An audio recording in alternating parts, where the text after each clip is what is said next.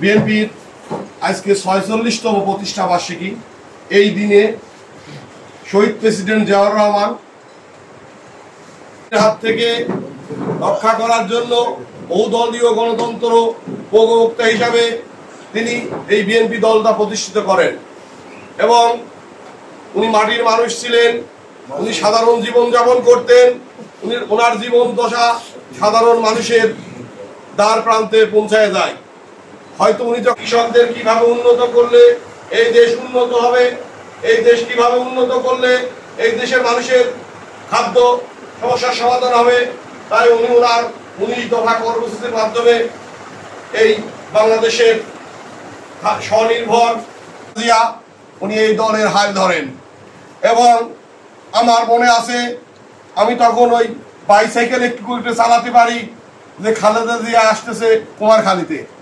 আমি ওই আমার কালাম চাচা উনি আমার তার সাইকেলে করে চড়াই নিয়ে আমার ওই অনুষ্ঠানে নিয়ে গেছে। সচকে প্রথম দেখি এবং উনি দেশের এ প্রান্ত থেকে ওই প্রান্ত, রূপপুর থেকে পাথরিয়া এবং সব এলাকা উনি এই দলটাকে প্রতিষ্ঠিত করেন এবং 1991 সালে এই দলটাকে উনি ক্ষমতায় এনে দেন। 91 থেকে 96 এই দল শাসনভার গ্রহণ করে। তখন আমরা অনেক ছোট, আমরা রাজনীতি অনেক কিছু বুঝিনি। তখন ওই আমাদের বাড়িতে দেখতাম যে সৈয়দ মাসুদ রুমি সাহেব যেতেন, উনি আমার আব্বার কাছে যেতেন।